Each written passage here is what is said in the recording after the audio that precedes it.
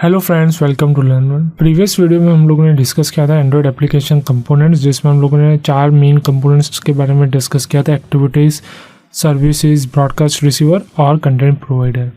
तो last video तक हम लोगों ने इतना किया था। इस वीडियो में हम लोग डिस्कस करेंगे एक्टिविटीज़ के बारे में। तो एक्टिविटीज़ क्या है वो मैंने डिस्कस कर लिया ओवरव्यू प्रीवियस वीडियो में। अभी उसके बारे में डिटेल इन्फॉर्मेशन देखते हैं इस वीडियो में।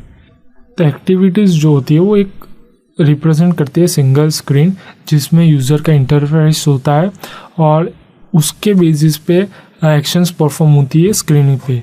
तो फॉर एग्जांपल ये एक्टिविटी है जो कि रिप्रेजेंट करती है सिंगल स्क्रीन। हमेशा याद रखना कि एक स्क्रीन पे एक ही एक्टिविटी डिस्प्ले होती है। ऐसा नहीं है कि एक एक्टिविटी और दूसरी एक्टिविटी, आप दोनों एक्टिविटी को एक ही स्क्रीन पे डिस्प्ले करवाओ। फॉर एग्जांपल ये मेरे पास एक सिंगल स्क्रीन है, ठीक है। उसके ऊपर मैंने लॉगिन ले लिया, इधर यूज़र नेम के लिए टेक्स्ट बॉक्स ले लिया, इधर पासवर्ड के लिए दूसरा टेक्स्ट बॉक्स ले लिया और इधर लॉगिन बटन ले लिया, ठीक है। तो ये मेरी एक्टिविटी मैंने क्रिएट की है, जिसमें मैंने सिंगल स्क्रीन पे सिंगल एक्टिविटी डिस्प्ले करवाई है। ये जो है user, text box, password, login, ये लॉगिन हेडर, ये हो गया यूआई, जो कि हम लोग कहते हैं यूज़र इंटरफेस। यूज़र इंटरफेस इसलिए कहते हैं कि ये सारे कंपोनेंट्स को देख के या ये ऐसी डिज़ाइन को देख के यूज़र इंटरेक्ट करता है और उसके एक्शंस पे कुछ हम लोग परफॉर्म करवाते हैं। जैसे कि लॉगिन बटन पे क्लिक किया तो ये लॉगिन एक्शन हो गई, जिसके साथ हम लोग ऑथेंटिक करवा के यूज़र्स का आईडी, पासवर्ड हम लोग लॉगिन करवाएंगे एप्लीकेशन में। तो ये चीज़ हो गई। An activity represents a single screen with user interface. तो ये वैलिड होता है। रिफ्रेशर ये हो गया कि जो भी एक सिंगल स्क्रीन है उस पर एक ही एक्टिविटी होगी। सिंगल स्क्रीन के ऊपर आप एक से ज़्यादा एक्टिविटी नहीं डिस्प्ले करवा सकते, सिर्फ एक ही करवा सकते हो। तो ये याद रखना, मोस्ट IMP पॉइंट। फिर आता है एक से ज़्यादा एक्टिविटी होती है तो एक एक्टिविटी को आपको डिफ़ॉल्ट मार्क करना होगा मेन एक्टिविटी में, जिसके साथ आपकी एक्टिविटी लॉन्च होगी। फॉर एग्जांपल मेरे पास लॉगिन स्क्रीन है, उसके अंदर उसके बाद मेरी आती है डैशबोर्ड स्क्रीन, उसके पीछे आती है मेरी प्रोफाइल स्क्रीन, ठीक है। डैशबोर्ड के अंदर दूसरे 1, 2, 3, 4, 5 ऑप्शन है, तो उसकी 5 अलग अलग एक्टिविटी हो गई। तो उसके लिए उसके पहले मेरी इंट्रोडक्टरी स्क्रीन आती है, जिसके अंदर मेरा एप्लीकेशन का लोगो होगा, ठीक है। फिर होगा उसका डिस्क्रिप्शन, ये सारी चीज़ें होगी, ठीक है।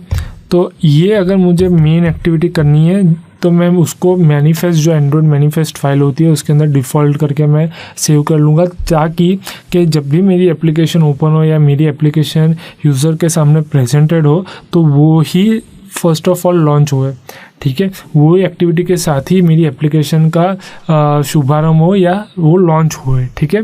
तो ये चीज़ आपको करनी है कि अगर आपके पास एक से ज़्यादा एक्टिविटी है तो आपको एक एक्टिविटी ऐसी सिलेक्ट करनी पड़ेगी जिसको मार्क करने पे वो आपकी एक्टिविटी जो है वो आपके एप्लीकेशन में लॉन्च हो, ठीक है। तो ये चीज़ आपको ध्यान रखनी पड़ेगी।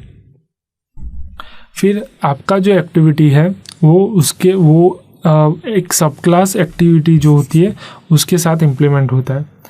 तो ये जो एक्टिविटी अगर आप इम्प्लीमेंट करते हो तो उसके लिए आपको एक्टिविटी जो एक सब क्लास एक्टिविटी होता है, मतलब एक्टिविटी का क्लास जो है वो सब क्लास है, तो उसको लेकर आप इम्प्लीमेंट कर पाओगे। तो for example public class main activity, the main activity का आप कोई भी कस्टम नेम दे सकते हो। कस्टम नेम मतलब आपका खुद का नाम असाइन कर सकते हो। जैसे कि मेन एक्टिविटी नहीं लग रहा, मुझे लॉगिन एक्टिविटी रखना है तो मैं लॉगिन एक्टिविटी भी रख सकता हूँ, और ये एक्सटेंड करता है सब क्लास को एक्टिविटी, ठीक है। तो एक्टिविटी में से जो भी उसकी मेथड्स होगी, जो भी उसके ऑब्जेक्ट्स हो गए, वो आप इधर इनहेरिट कर सकोगे, ठीक है। तो आपने इनहेरिट में भी देखा था, तो एक्सटेंड करके मैंने वो जो एक्टिविटी का सब क्लास है उसको एक्सटेंड कर लिया। अभी बात करते हैं सर्विसेज की। तो सर्विसेज क्या है, क्यों यूज़ करते हैं हम लोग और किसके लिए यूज़ करते हैं, ये सारी चीज़ें हम लोग इस वीडियो में डिस्कस करेंगे। तो फर्स्ट हम लोग देखते हैं कि सर्विस क्या है। कि जो सर्विस है वो एक कंपोनेंट है जिसको आप रन करोगे बैकग्राउंड की जो भी टास्क है या जो भी ऑपरेशन है उसको परफॉर्म करवाने के लिए। फॉर एग्जांपल आपके पास एक स्क्रीन है, ये एप्लीकेशन 1 की स्क्रीन है। अभी दूसरी एप्लीकेशन जो है वो म्यूज़िक एप्लीकेशन है, ठीक है। इसमें मेरे पास म्यूज़िक 1, म्यूज़िक 2, म्यूज़िक 3 और कई सारे म्यूज़िक्स हैं, ठीक है। तो इस म्यूज़िक में से मैंने इसको प्ले करवाया, तो एज ए सर्विस ये प्ले होगा, ठीक है, क्योंकि अंदर से वॉल्यूम वगैरह सब आएगा, तो ये एज ए सर्विस मैंने प्ले करवाया। अभी मैं मूव करता हूँ मेरी एक्टिविटी में, माय एप्लीकेशन, जिसमें मैं कोई भी टास्क परफॉर्म कर रहा हूँ, ठीक है। अभी मुझे ये म्यूज़िक भी ऑन रखना है या प्ले करवाना है दूसरे एप्लीकेशंस का, या बैकग्राउंड में जो भी सर्विसेज चालू है उसको प्ले ही रखना है। तो ये मैं किससे कर पाऊँगा? सर्विस के कंपोनेंट से, ठीक है। सर्विस कंपोनेंट क्या करेगा कि जो भी सर्विस बैकग्राउंड में रन हो रही है तो उसका लॉन्ग रनिंग ऑपरेशन जो भी है उसको चालू रखना है, बंद करना है, कि क्या करना है उसके साथ, क्या मैनिपुलेशन करना है आपको, क्या इम्प्लीमेंटेशन करना है, ये सारी चीज़ें हम लोग सर्विसेज के थ्रू कर सकते हैं, ठीक है। तो आप इधर देख सकते हो कि सर्विस में अगर म्यूज़िक चल रहा है बैकग्राउंड में और आपके यूज़र डिफरेंट एप्लीकेशन में, मतलब दूसरे एप्लीकेशन में, और उसको वो फैच करना है डेटा आप नेटवर्क के थ्रू, ठीक है, किसी भी ब्लॉकिंग किए बिना, किसी भी यूज़र इंटरेक्शन या यूआई को ब्लॉक किए बिना उसकी एक्टिविटी में वो नेटवर्क के थ्रू उसको डेटा फैच करना है, ये एप्लीकेशन में वो म्यूज़िक या सर्विस जो है वो चालू रखना है, तो आप सर्विस यूज़ कर सकते हो। अभी आगे बढ़ते हैं, देखते हैं उसका इम्प्लीमेंटेशन। तो जो सर्विस है वो इम्प्लीमेंट करता है सर्विस क्लास नाम का सब क्लास, ठीक है। तो वो कैसे होगा कि पब्लिक माई सर्विस, इसमें भी ये कस्टम नेम है क्लास का, ठीक है, कस्टम नेम जो कि एक्सटेंड करता है सर्विस के सब क्लास को, सर्विस नाम का सब क्लास को एक्सटेंड करता है, जिसके वजह से आप जो भी सर्विस क्लास में बाय डिफ़ॉल्ट मेथड्स ऑब्जेक्ट्स उसकी जो भी इम्प्लीमेंटेशन मेथड्स होती है उसको आप डायरेक्टली एक्सेस कर पाते हो और उसको आप इम्प्लीमेंट कर सकते हो आपकी कस्टम क्लास में माई सर्विसेज के। अभी बात करते हैं ब्रॉडकास्ट रिसीवर की। तो ब्रॉडकास्ट रिसीवर जैसे मैंने आपको बताया कि आपको कोई भी जो भी मैसेज सिस्टम ब्रॉडकास्ट कर रहा है वो आपको आपकी एप्लीकेशन में दिखवाना है, या आपका कुछ भी कस्टम ब्रॉडकास्ट है वो आपको रिसीव करवाना है आपकी एप्लीकेशन में ही, तो आप ब्रॉडकास्ट रिसीवर यूज़ कर सकते हो। तो ब्रॉडकास्ट रिसीवर क्या करता है? रिस्पॉन्ड करता है ब्रॉडकास्ट मैसेजेस को किसमें से? From other application to the system, मतलब दूसरी एप्लीकेशंस जो होती हैं और आपके सिस्टम की जो भी होती है उसको, जैसे कि ये सिस्टम है, ठीक है, ये दूसरी एप्लीकेशंस है। अभी ये जो भी ब्रॉडकास्ट भेजती है वो आपके सिस्टम, अगर आप उसमें से रिसीव करवाना चाहते हो तो आप ब्रॉडकास्ट रिसीवर ले सकते हो। तो ब्रॉडकास्ट रिसीवर लेने का मेन रीज़न यही है कि जो भी ब्रॉडकास्ट मैसेजेस हो रहे हैं बैकग्राउंड में या आपके सिस्टम से, आपकी एप्लीकेशन से, तो वो आपको रिसीव करने हैं, तो आप ये इसके थ्रू रिसीव कर सकते हो ब्रॉडकास्ट रिसीवर के थ्रू। तो आप इधर देख पा रहे हो कि एप्लीकेशन जो इनिशिएट करता है ब्रॉडकास्ट या दूसरी एप्लीकेशन जो भी डेटा ब्रॉडकास्ट करती है वो आपके डिवाइसेस में डाउनलोड होता है, बट उसको आपको इंटरसेप्ट करना है। इंटरसेप्ट मतलब किसी का कोई भी जैसे कि मैं इंटरसेप्ट का आपको एग्जैक्ट मीनिंग बता देता हूँ। इंटरसेप्ट का हिंदी मीनिंग होता है अवरोध। तो इधर इंटरसेप्ट का क्या मीनिंग है कि कोई भी मैसेज ब्रॉडकास्ट हुआ तो उसको वो अवरोध मतलब स्टॉप करके वो खुद अपने कम्युनिकेशन को इनिशिएट करेगा और अप्रोप्रिएट एक्शन परफॉर्म करेगा, और ब्रॉडकास्ट रिसीवर के थ्रू वो आपके एप्लीकेशन से कोई भी पर्टिकुलर एक्शन होगी वो परफॉर्म करवाएगा। फॉर एग्जाम्पल ये आपकी सिस्टम है, ठीक है, मोबाइल फ़ोन है, इसमें एक एप्लीकेशन है,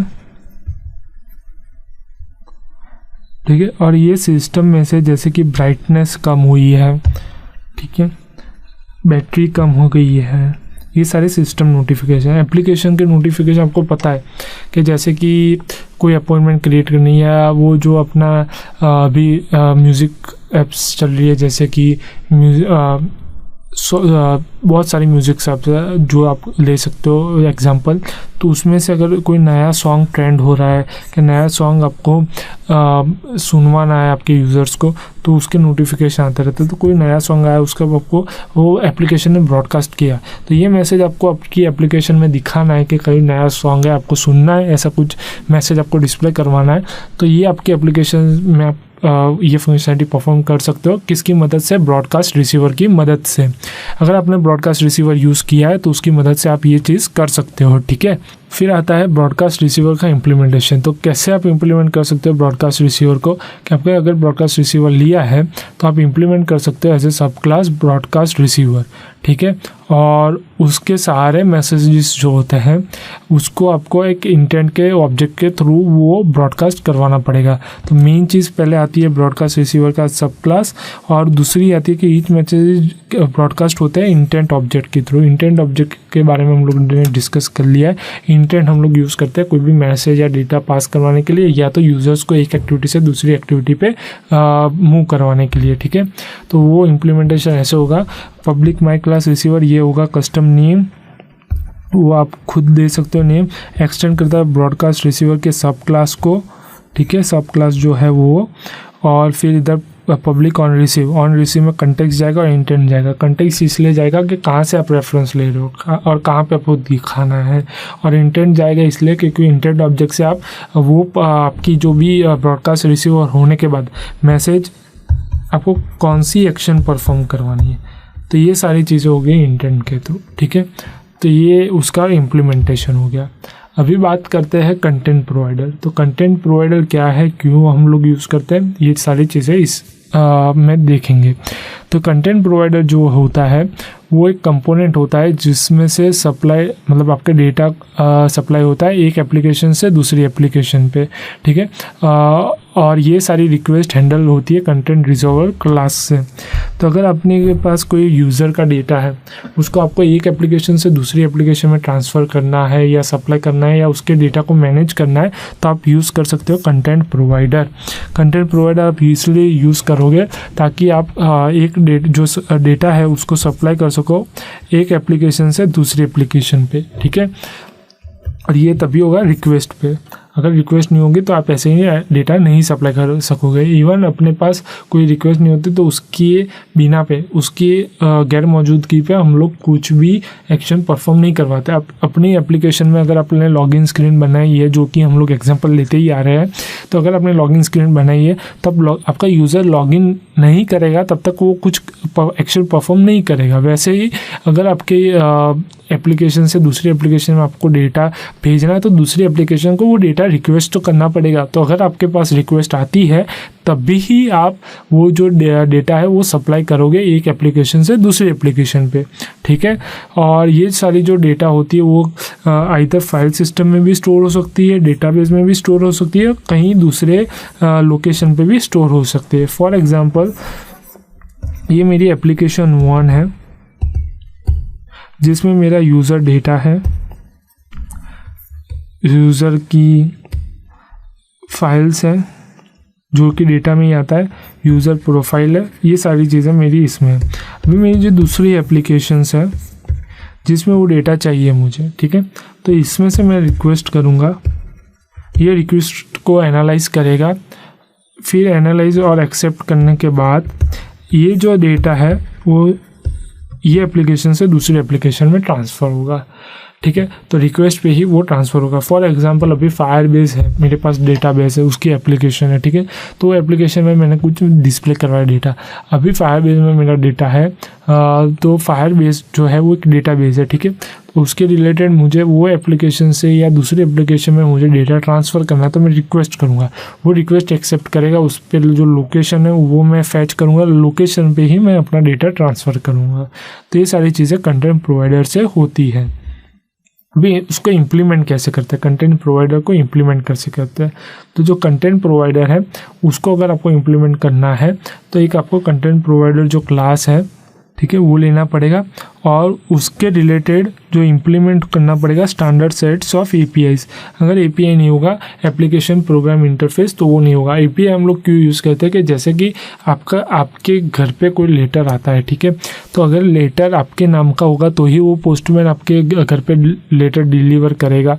अगर वो लेटर किसी और के नाम पे होगा या उस पर कोई भी नाम नहीं होगा, ठीक है, तो उसको पता नहीं चलेगा, वो पोस्ट ऑफिस में ऐसे ही पड़ा रहेगा, ठीक है। या तो फिर रिसीवर जो सेंडर का एड्रेस होगा उस पर वापस जाएगा, या तो वहाँ पे ही रहेगा।